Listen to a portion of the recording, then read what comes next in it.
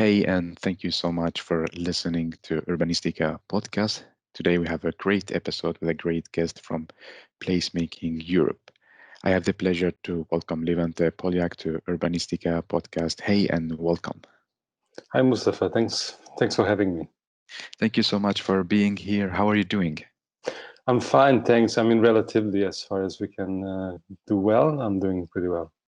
Awesome. Where are you now? Which city? How's things going in that city? Yeah, I'm in Budapest right now in Hungary, and it's, mostly closed at home, sometimes going into the office. So in some parts of the day, it looks like everything is normal, and in other parts of the day, you feel it's a very special moment. Mm, mm. Well, great. And I'm again thankful that you're here and recording the episode. And you're our storyteller for this episode. The stage is yours, the mic is yours. How would you like to introduce yourself and tell us about your passion? Yeah, I usually like to identify myself or describe myself as an urbanist that is a little bit in between professions, that also because of my very different studies and my, let's say, different geographical locations in the past years. I like to think of myself as somebody who understands different contexts and can make connections between these contexts. So I see myself less as a technical, let's say, technical professional, but more as a connector and enabler, somebody who's not speaking from one specific subculture, a technical subculture, but somebody who can bring together different contexts and make consensus between them. Yeah, and that is really needed, especially now in developing our cities. Tell us more about your background. Where did you grow up? What did you study, work with, like a highlight of you? Yeah, my highlight, I guess. So I grew up in Budapest. I was born and grew up in Budapest. It's a very standard, probably upbringing. And then in the late 90s, I started with the architecture faculty. So I spent a few years at the architecture faculty, but I felt that it was not so much. It was too technical. I felt there's so much more out there. So I felt I was stuck with a lot of technical issues while I was interested in something else. So then I spent a few years practically mixing, hanging out in different faculties. So I was trying to do something that actually more or less exists now, but back then, 20 years ago, it didn't. So to combine different courses from different faculties that had something to do with the city. So I realized at some moment that my big passion is the city, actually. And then, yeah, so it was a moment when I realized that,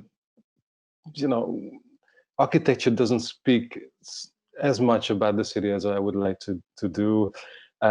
Psychology partly speaks about this, but not everything. Sociology speaks about it, but not everything. So I kind of pulled together all these different resources, and I remember one moment that is actually quite interesting. There was a moment that I was really lost in what I want to do, and I made these different notebooks about different topics I was really interested in. So I did an empirical research, and I, after like a half year, I realized that the notebook called Urbanism is just way more filled with notes and ideas. So I realized that it means that I have to work on this, because this is what I'm most passionate about, because I get enthusiastic easily about other things as well. But anyway, so this brought me back to sociology, urban sociology, because I found this faculty that talked specifically about the city. And then I think in the mid 2000s in Budapest was a really exciting place. It was a moment of international opening. It was just at the moment and before entering the EU. So there's a lot of people, international people there. So it was actually very, and culturally, the whole city was thriving. So I think at the time I met quite a few people who really opened up new perspectives for me. So I have a lot to thank to them. And then the next decade was pretty much, I had a lot of defining moments. Like I got a scholarship in New York to work with the Department of City Planning of New York, Manhattan. Manhattan office, which is obviously an amazing experience, and I learned a lot about city planning. I learned a lot about a specific context in New York, which is a fascinating city. I got into a lot of organizations. I was hanging out a lot and helping out as a volunteer in storefront for art and architecture.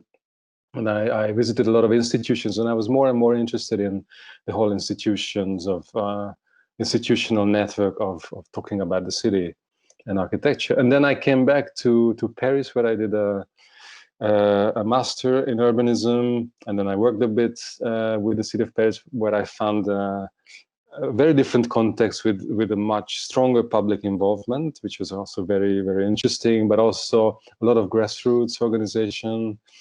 I was part of neighborhood committees and all this kind of stuff. And then I came back to Budapest to teach, but I was more and more involved in Vienna through the Wonderland platform for European architecture, and also teaching at the Technical University.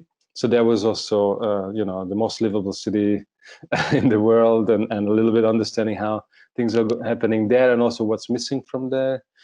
And then out of the last 7 years, let's say 5 years, I spent pretty much in Rome, and I came back from there this January, just less than a year ago. But I learned about something very different. I learned about a city which is partly abandoned by the public sector, and where a lot of the, let's say, local services and social cohesion is provided by bottom-up initiatives, citizen initiatives, and this is quite fascinating, because I learned a completely new logic of living in a city and organizing urban society. So I think these were really pretty much the founding elements of my thinking. Yeah, it's a very big and interesting journey you made, following your passion. Yes, absolutely. Because traveling, I mean, of course, it's difficult to say now because we're not traveling really, but traveling was an important element, and also languages and getting into context and learning to speak not only the languages, but also the local logic and understanding. In Rome, for example, that this neighborhood has values like this, and this neighborhood has values like this. So you want to approach different neighborhood organizations in a different ways. It was quite fascinating to understand all this logic behind. Yeah, I can imagine how interesting it is, because you were in New York, they have a model there, and then Paris and another model, and then in Rome. So you have a really interesting combination of different models to run a city. I guess it's still the developed world, or the first world. So I guess there's still a big universe out there to explore. But also Budapest, which is a post-socialist city, which is another context. And I think there's been a lot of fascinating things as well here in the last 20 years. So that's also, of course, a very important pillar. Yeah, exactly. So where and when did your journey start with Placemaking Europe? How did you join? Yeah, I think, well, Placemaking Europe, I joined when the whole placemaking movement arrived in Europe. But I think I had some history with placemaking before, when partly with some people from the university, some friends, we started building up in 2002-3-ish some organizations to talk about the city, and then we got to use some empty places to fill them with life. And then in 2005 we came together with a lot of other like some architects, some artists, dancers, theater people to reuse a big industrial building, which we lost after a few months because commerce took over. But that was an experience. And then I joined the Hungarian Contemporary Architecture Center, or actually I co-founded, I contributed to the founding, where the idea was already there, but I entered at the moment when it was actually materializing. And there we got to use an empty warehouse for a few years, and there was a real placemaking story where we actually, with all kinds of interventions, with raid painting and a lot of public events, we brought this area back into the city and back into public life. So there was actually all, I think, pretty much placemaking. And then from the mid 2010s, I was in touch with the whole city making movement in Amsterdam and Pakhuis des Spijker and all these organizations, and through them I joined also the first placemaking week in Europe in 2017 in Amsterdam, and then it was pretty much, to be honest, the same people that were already in the We Make the City movement and discussion across Europe. But there was a moment to maybe reframe it and talk about placemaking as such. And for me, it was a quite exciting way to also rethink my work, but also extend and also strengthen this network, which I find fascinating, and with a lot of very interesting people. Mm. It's also, again, it's very interesting story, because you were already in that atmosphere of doing placemaking, but not on the official name of placemaking, and now you're more in the placemaking movement. I think it's important because there are a lot of people who are placemakers, but they don't know that they are placemakers because they don't call it like this. And also, this is one part of Europe that is recognizing itself in these English words, for example, like placemaking. And a lot of people in most of Southern Europe, they have their own terminologies, they have their own expressions, their own logic of understanding this, and they do fascinating things, but they're not considered necessarily officially as part of this. Do you think it's something positive or negative to I think placemaking in general? I think it is very positive, because I think there's many logics. I think it's good not to have one dominating logic, and it's we have a lot to learn from each different context where, similar things we do are explained with different expressions, and that helps us also to look at those things from a different viewpoint. Now you're also a board member at the Placemaking Europe. So what is your role? What's your task? What do you do? Yes, so I mean we're with the other board members, so we work very closely together to design the whole trajectory of Placemaking Europe as an organization. So we're still in the phase of building up the organization, which has a lot of people around. So there's a big professional and activist community around. So in the last 1 year, we worked a lot on structuring the whole thing, building up working groups that bring together people that are who are interested in one specific topic inside, the huge topic of placemaking. So we've been working on consolidating the network, also understanding what is the best structure to work, how to build different kind of collaborations with cities, with other networks.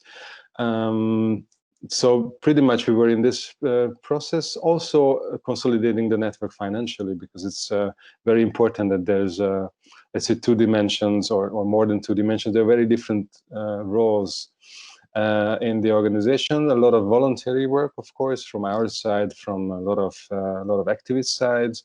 But also we need some people centrally who can be paid, because that's a lot of organizational work. So we're building up this whole structure of how to best mobilize energies towards consolidating the network, but also how to best use the network to help our members, individual organizations. So it's pretty much regulating or designing this flows of information, flows of help, empowerment in both directions. And how is it going now? It's going, I think it's going pretty well. I mean, of course, like most activities this year, things sometimes slows down, but I think we have a very promising year ahead. We are planning with the city of Barcelona after COVID City, a big conference where we talk about the role of placemaking and public space in a post-COVID world as well. And we have other cities on board that are really interested in being on board. So every week we speak with a different city, and we have different offers to them, and we have different engagements that we can develop with them. There is a point I want to talk with you about. It's about placemaking and who can be a placemaker. You have a PhD and you're from like academia side, but you're also part of placemaking. So is placemaking only for architects, planners, for people working with culture, or it's for everybody, even for people from academia? I think placemaking is for everyone. It's for the old lady who moves a chair outside the house and puts it down and engages in a conversation with others. That's suddenly becoming a public space because there's interaction. No, so I guess there are no limits to this. I'm not considering myself so much in academia because even my PhD research was focusing on how to reuse or looking at mechanisms in different contexts, how to reuse empty buildings led by communities. And my PhD research was pretty much based on and fed by my professional experience. But I think it's important to have an academic discussion as well to strengthen and make more visible the work of people and organizations on the ground. But I don't think you need a PhD degree to be a placemaker. I think a lot of people are doing placemaking without noticing that. The only thing, and this is, I think, this is very important, is to care about your environment. It's to care about improving your environment, and I think a lot of people do this, and of course when it becomes a conflict between people, that somebody's idea of a good environment is this, and another person's environment idea of a good environment is this, and there's a conflict. This is where it becomes even more interesting because of course it's never one person that will define how public spaces work. So then it becomes a collective project to come to a shared vision. Yeah, and it's so much about communication and storytelling between the actors, right? In order to Yeah. get the placemaking things done. Yes, it's very much a storytelling. It's very much about telling somebody's viewpoint as well. Like how does this contribute to my community, and how can I tell this story and this process to somebody who doesn't belong at all to this community? How can I explain that this place is very important for me because it's symbolic, because it's the only place where I can meet my fellow, I don't know, dog owners, or this is where I can do my little walk where nobody's disturbing. This is where I'm, as a teenager, I'm able to meet my friends and there's nobody watching us. So there's a lot of, lot of logics that we don't necessarily understand. Why elderly people like to be in this part of the park, or this part. Why do they go to shopping when everybody else is going shopping? Normally not in COVID, because they want to be in between people, so not to isolate people. And also understanding these different logics with empathy, I think it's very important. And storytelling and giving voice to different people and groups is very, very crucial in this. And I know you're working as an editor in an European magazine, and I would love to take the opportunity to ask you, ask about your point of view. Do you think placemakers are good in storytelling, documenting the project? What do you think in general? Yeah, so the magazine is Cooperative City. It's an online magazine that we run with my organization Eutropian. And what we realized at some point is that placemakers are often not very good in telling the story because they are too busy with doing things and they don't have so much time to tell them. So very often, as we worked, and we still work in a lot of countries in Europe and sometimes beyond, we realize that there are fascinating projects. There's really amazing involvement, and you don't find a single word about it on the internet, and especially not in English. So we, in the last, let's say, 5 years, we were really engaged and really involved in trying to tell the stories of these people. Very often just people and organizations we met when traveling, when working in different cities. So we always try to reach out and visit new initiatives and keep an eye on what's happening in a city where we're familiar, and explore that there's something new. And then interview people and turn this into an article, turn this into an audio documentary, a video documentary, because we think it's very crucial, because there's so much happening. For example, when a few years ago, still in the last economic crisis, all the discussion about the lazy South and the strict North, and we need a lot of stories. We need to make all these stories, all these initiatives very tangible.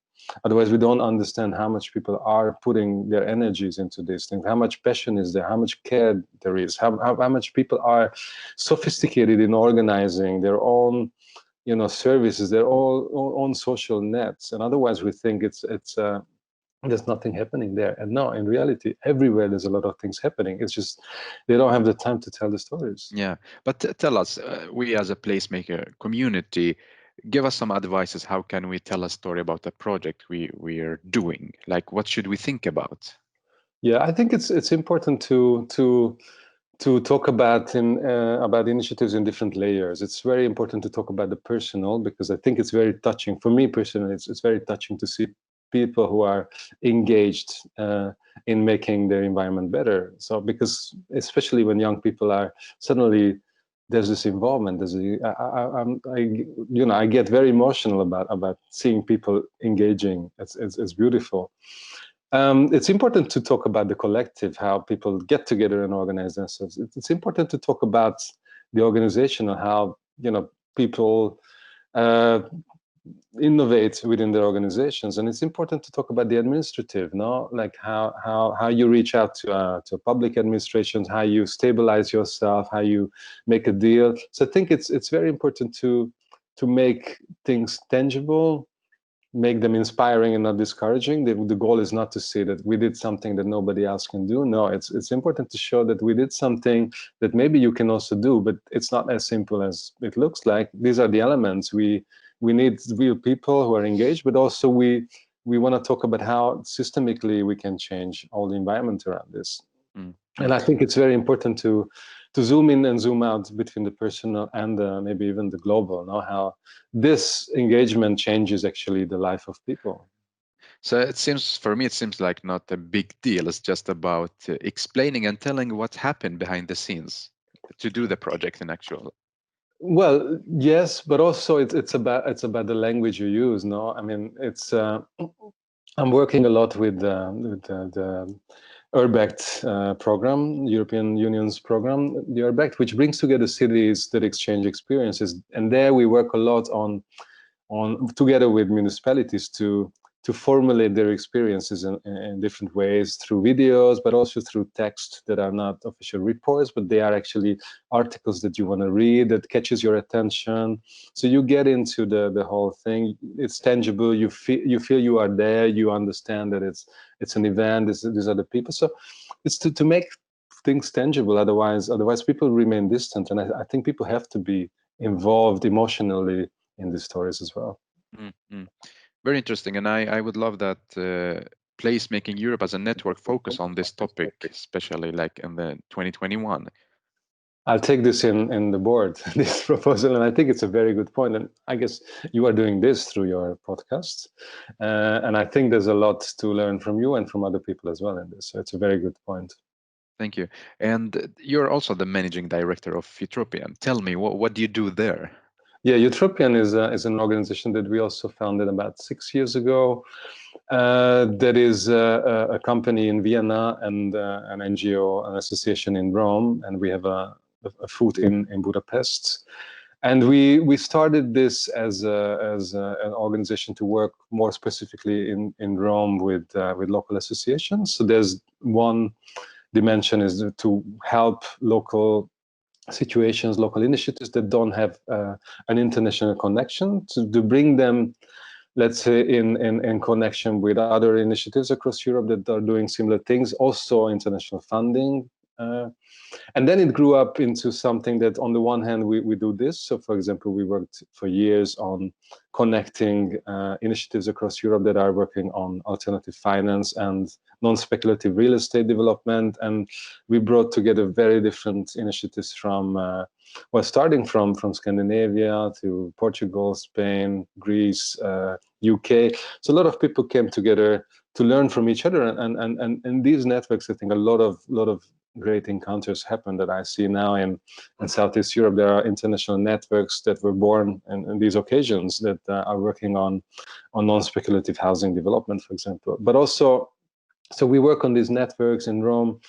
In the last years, we worked a lot on public infrastructure that is losing its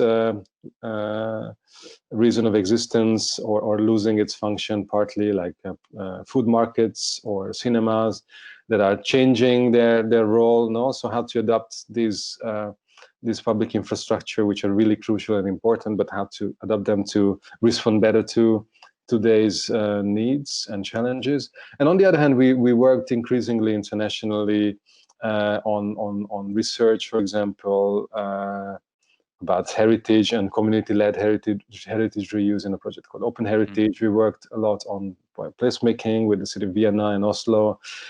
We worked on other topics, but also we work as consultants with some European Union programs, as I mentioned, URBACT and Urban Innovative Actions, and we work a lot on bringing together these different levels, not the very local with the European level, opening up, on the one hand, opening up possibilities for the very local initiatives, also to spread the word, spread their initiatives, and also helping European institutions to notice things on the ground, to notice that there are these things which are actually can be prototypes or can be examples that to improve our cities, but also building up maybe new mechanisms to facilitate them. A big topic for us was since years that a lot of placemaking initiatives, city making initiatives that are non-speculative have very little access to proper loans and funding, even if they have a very strong economic model. So we've been for years negotiating with different European institutions and trying to open up, let's say, funding streams towards these initiatives, which in some countries, in Holland, Germany, there are social banks, there are ethical banks, and in other parts there are none. So we need to kind of extend this possibility of working with loans and working with non-speculative finance in order to develop community facilities. No, so issues like this. So for us, it's very important to be at the same time very local, like hyper local, and global as much as Europe is a global scale. Yeah, I imagine it's very tough work to be the link between the people and local with the European.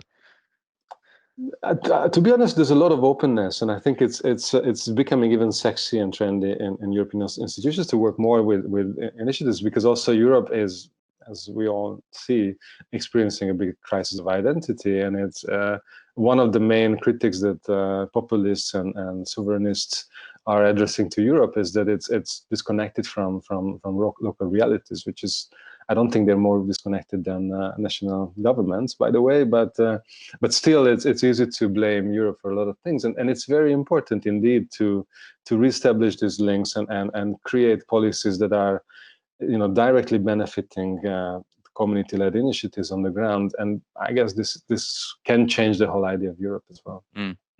Within these networks that you're working with, do we have municipalities? Where are the cities?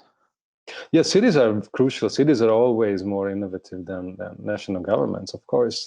They understand much more their local constituents. They understand much more local problems. They are the authorities that are dealing with the everyday problems. So they are leading the whole fight against climate change. They were at the forefront of opening doors for refugees, where nation states were only trying to build obstacles. So I think cities in a way are also in some ways more powerful, but at least economically, they are engines of innovations as well. But they are, and because of the current nation states, organization of nation states, and even the European, decision-making system, nation states are disproportionately strong in front of the cities. So that's why I think it's very important the cities are joining forces and trying to gain more power in the European Union as well. But the cities we work with, they're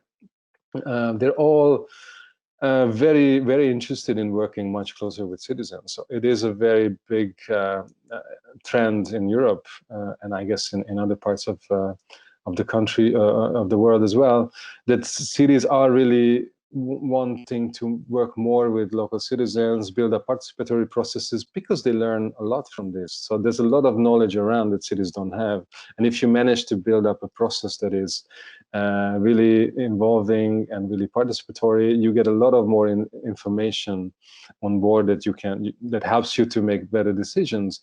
In the same time, it's also difficult because it means that, giving up the traditional centralized power, so you have to let it go a little bit, and also you have to make sure that the process you built up, it is connected to real consequences and real decision-making mechanisms. So it's not very obvious, because if you run a lot of participatory processes and there's no consequence, and then you lose people's trust.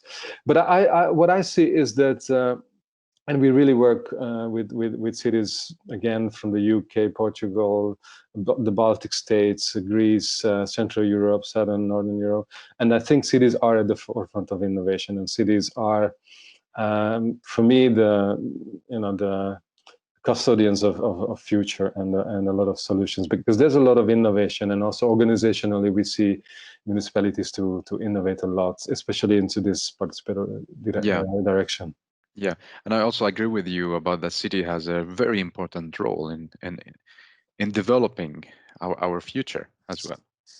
Yes, because they have also a big role in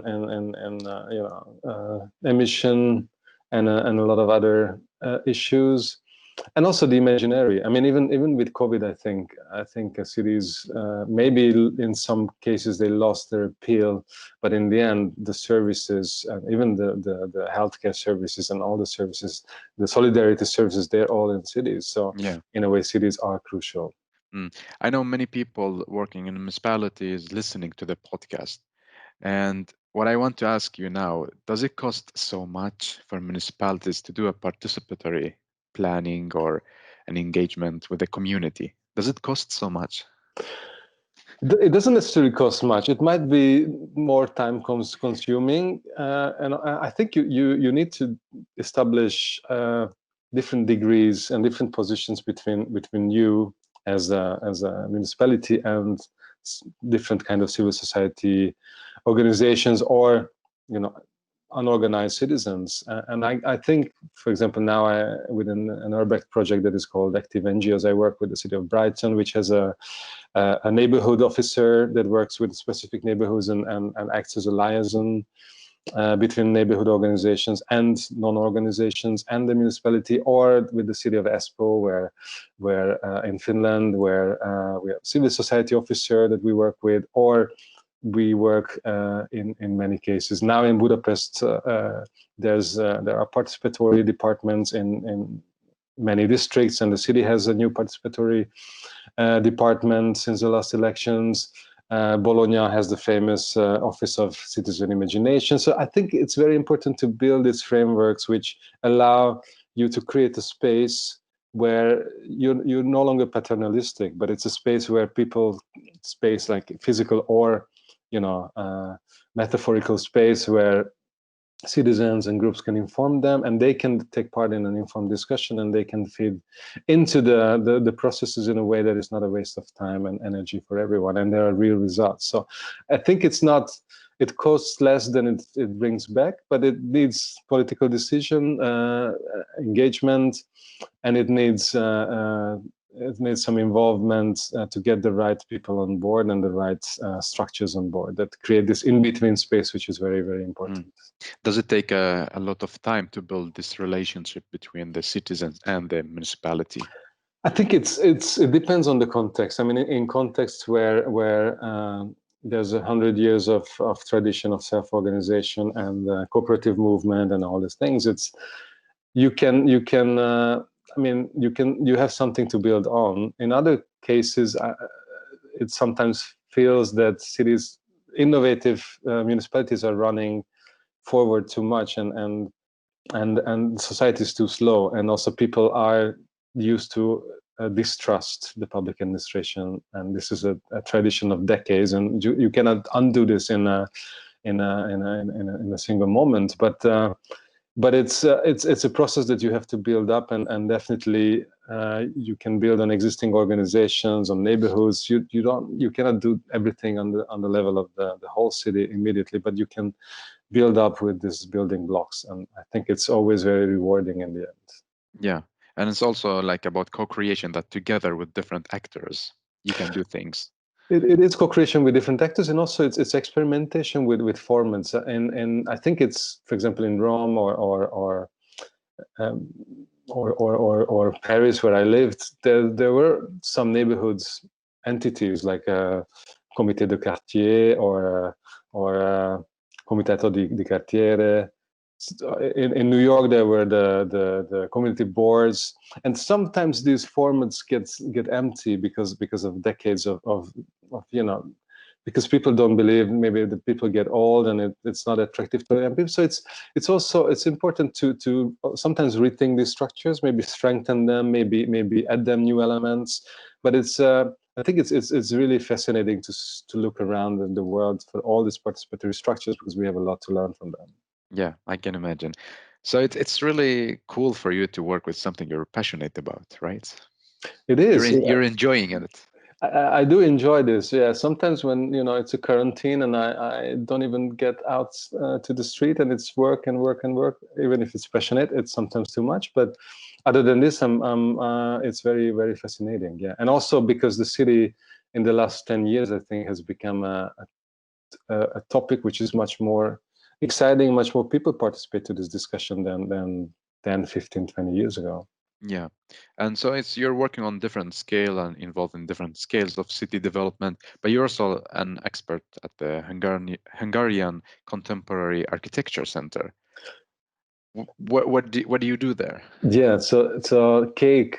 This is the Hungarian acronym. That is, we like it because it also means blue, but it also in English it sounds like a cake. Yeah, exactly. So it is kind of my alma mater, it was the first place where in 2005 I found or six-ish, I found a place which didn't need all my energy, but I could bring a project in, and there was this very supportive environment where I can bring a project in, and people help developing it, but it's not that I have to take care of everything. So this was my first experience of having a community that is enabling and where we can share responsibility, actually. And cake now, in the last 15 years, we are actually celebrating this winter, this autumn and winter and spring as well, the 15th anniversary, which is quite cool. Congratulations. Thank you. Which is quite cool for an NGO that was born in the same time with a lot of other NGOs. There was a very, thriving moment in Budapest, as I mentioned, 2005, 6. But most of the other organizations disappeared. And the important thing about cake is that it managed to renew itself with different generations. So now we already have 4 or 5 different generations of people involved. We don't, not meaning generation in 20 years, but generation in a few years, younger people who also feel that this is theirs. So the organization is theirs. And by now, I think cake has become really well known, not only in Budapest, but also in the region, because we organize a lot of things. We do a lot of research. We organize festivals. We have a festival of buildings that celebrate their 100th anniversary, which is kind of a community building program. We have a lot of involvement in different areas, like big industrial areas in Chapel that need to be rethought, and we are kind of catalysts to rethink those areas. We do a lot of things about research along the Danube and bring together different cities along the Danube. We've done a lot of public involvement and engagement for cycling lanes and public spaces. We have a film festival that since 13 years, focusing on architecture and urbanism. So a lot of things, actually, and it's an organization which is really dynamic, and it also is a placemaker par excellence, because we have been using different buildings that we brought back into life, and now we have a really beautiful gallery in a neighborhood that was changing with us as well. So we are the core of urban transformation, actually. I really love it. I would love to visit that gallery as well. Come. Yeah, soon, hopefully soon. So how much you're doing so many things, how much does it add to you as a placemaker? What do you bring to the placemaker? So I learned a lot from, cake, 15 years of collaboration. I learned a lot. I'm really fascinated to discover new topics and new projects. With my organization, Eutropian, of course, I'm more involved because that's my child. even more. Where we've been shaping the organization together for years, and I learned a lot about. I mean, I have a specific role in all this. In Cake, I'm more like an international connector that can bring in some ideas and focuses on some topics. In Eutropian, I'm more the guy who's a bit obsessed with details and things like this, and is passionate for some things and not so involved in others. I'm a bit also partly one of the storytellers who really works on articles and the magazine. So different roles and different obligations as well and responsibilities, but it all comes together into a set of knowledge, and also not only my knowledge, but knowledge of all the people around in the Placemaking Europe network, but also in the other organizations that partly I have an idea of certain processes, how to organize them, how to design them, where to reach out for additional knowledge. But I also know how to get involved people that are really good and probably much better than I am in certain fields, which is perfect because we can collaborate on these things. And also, I mean, something that I'm really curious in the last year since I moved back to Budapest is how to help the city, which is in different ways, in a difficult moment because of national suppression, national budget cuts, COVID, all the things that come in the same moment.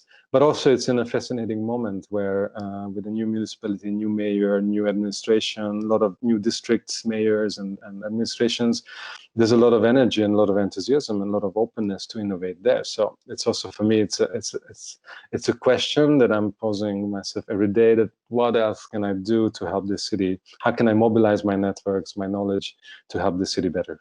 Yeah. How close are you to the as a placemaking European board member? How close are you to the members within the network? Are you available? Well, I am available, yes. I mean, we have the different working groups, as I mentioned, focusing on different topics like housing, like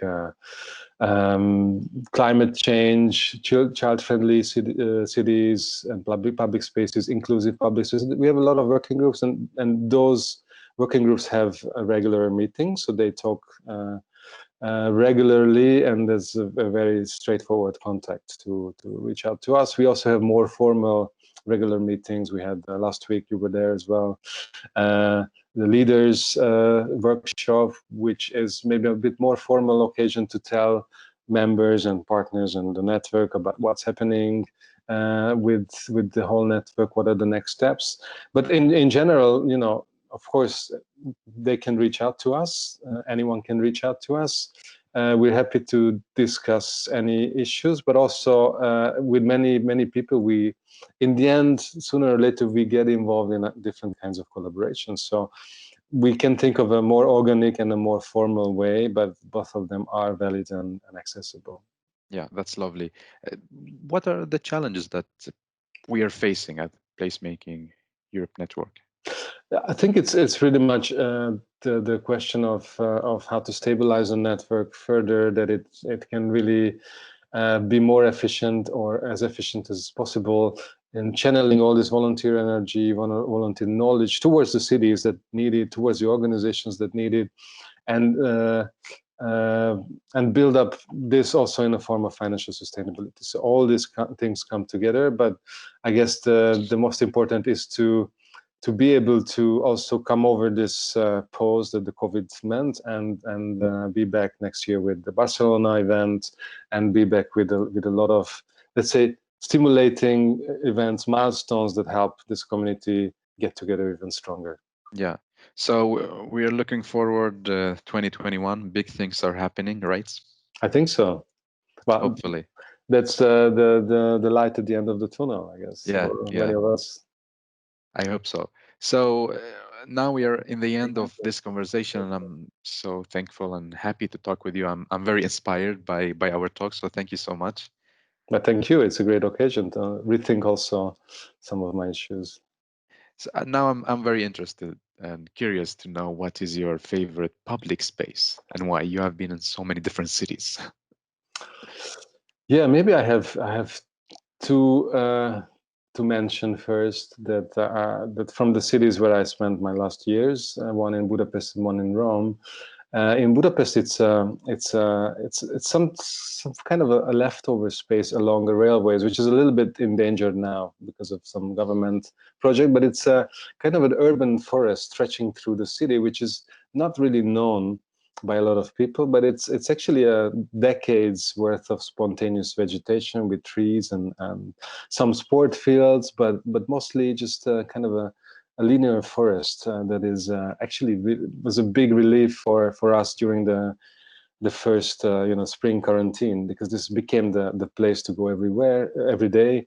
And it's also we realized that it's a place for for teenagers to meet, where in peace, and they can do things, for people to play table tennis, for elderly people to walk around. So it actually could bring a lot of very different activities with no conflict together.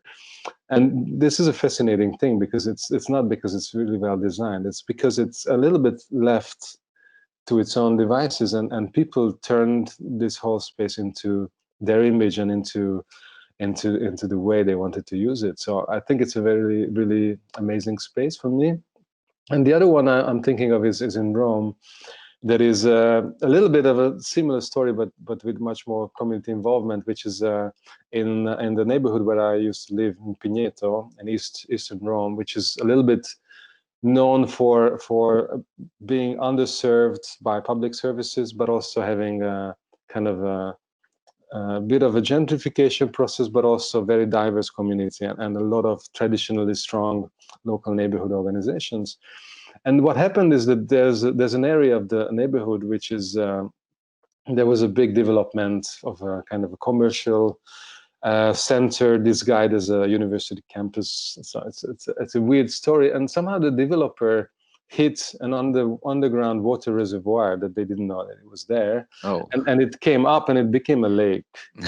So the developer tried to pump it out and make it disappear, but it was too much water, so it remained there. So people noticed that there was water there, and then they started the mobilization to protect the lake, which is, in reality, it's a natural lake, because it's natural water, which is the only one in Rome, like a natural lake, in an area which desperately needs public spaces. So the neighborhoods, they managed to push the city to block the construction, compensate somehow the developer, but especially saying that we blocked this for 10 years, and the city obliged itself that in 10 years it has to build a park there. Okay. So I got into this process 1 month before the 10-year deadline. This was when I found the poster at the local library, and I went to an event immediately, a reunion of this where people were, exchanging about, okay, we have 1 month left. The city didn't do anything in 10 years, so now we have to do something. So we will start building the park. So people started building the park and put more pressure on the city to designate some money to do this, and by now it became a really fascinating place, which is a lake, 2 different parks around it, maintained by the community, also overseen by the community, that it doesn't become overused with a lot of celebrations, but careful celebrations to not ruin. And I'm still in the mailing lists that there's WWF, which every month they notice a new animal species there. So it has actually become a really interesting biological ecosystem as well. So for me, it's the story of community coming together to protect the space and turning it into a really amazing asset for community, but also for animals. Yeah, and I also see this common element between the 2 spaces that you mentioned, that it's unprogrammed by the city, but programmed by the people. Yeah, it doesn't mean that cities shouldn't program. They should definitely program, but sometimes there's more value in the leftover than we think. Yeah. So apart from all this, amazing work you do, what are your hobbies? Do you have time to do something else? Yeah, sometimes I do, actually. So I like walking a lot. I like traveling. I like exploring. But even just walking. I like movies a lot. I mentioned the film festival that I'm still co-organizing after 13 years. And I love movies more and more. So actually, I'm really becoming, especially in quarantine times, an Do- addict of movies. And I'm also rediscovering music. So I got into trumpets very recently. I don't know what's going to come out of this. I'm at the very beginning, but I'm trying to spend more time a bit away from work as well. Yeah, amazing. Well, again, thank you so much for the conversation, and I would love that we finish this amazing talk with you giving 3 takeaway messages to the listeners.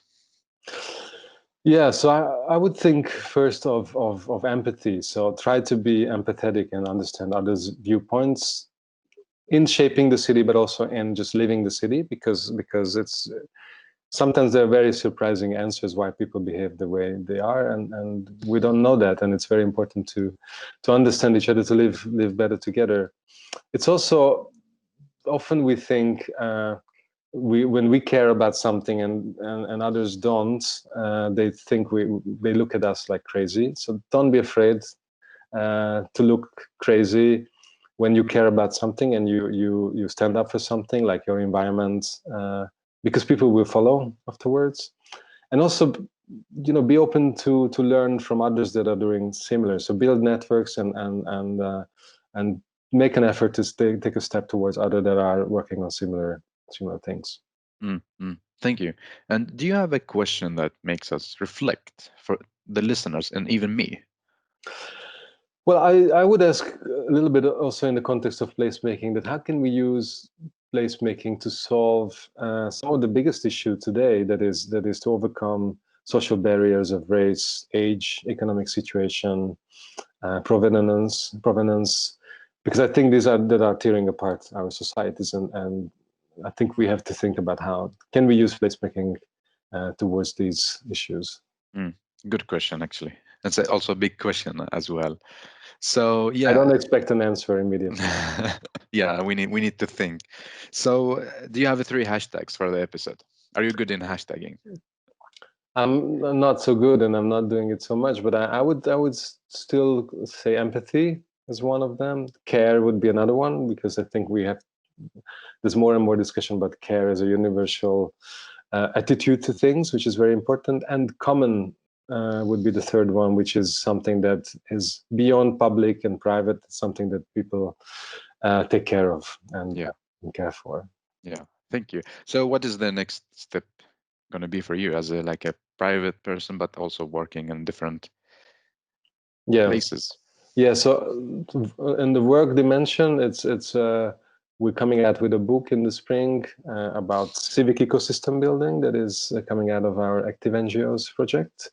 I'm also trying to strengthen my local team in Budapest, because, as I mentioned, we spent years in Rome with local team in Rome. We have a local team in Vienna, but I would like to have a stronger local team in Budapest. And also, I'm kind of planning to establish a family, which is the private side. But Awesome. we'll see how we get there. Yeah. Wish you all the good luck with all your projects and hopefully talk to you again in the future. Thank you very much.